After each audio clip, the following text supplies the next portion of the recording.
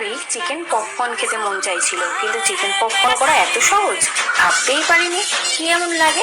Chicken টুকরো টুকরো করে কেটে নিয়েছি, তারপর একটু রসুন আর আদা বাটা আর পরিমাণ মতো নুন দিয়েছিলাম, তারপর একটু কর্নফ্লাওয়ার পাউডার আর একটু চালের গুঁড়ো দিয়েছিলাম।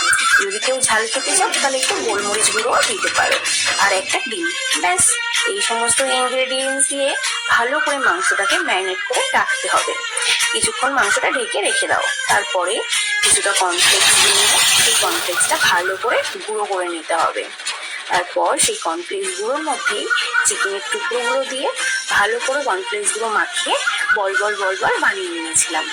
তারপরে গরম কড়াইতে অনেকটা পরিমাণে তেল দিয়ে ছাকা তেলে কম আঁচে চিকেনগুলোকে ভেজে ফেলতে হবে। ব্যাস, তাহলেই চিকেন পপকর্ন রেডি হয়ে যাবে। এত ইজি, তোমরা এই প্রসেসে একবার করে দেখো। সময়ও বেশি লাগে না আর খেতেও বেশ ক্রিস্পি আর টেস্টিও।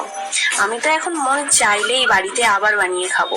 তোমরাও একবার ট্রাই করে দেখতে পারো, খুবই সহজ। Thank you. আর যদি তোমাদের ভিডিওটা ভালো লেগে থাকে তাহলে আমার চ্যানেলটা প্লিজ সাবস্ক্রাইব করে দিও। থ্যাংক ইউ সবাইকে। ভালো তো লাগবেই সবার অবশ্যই।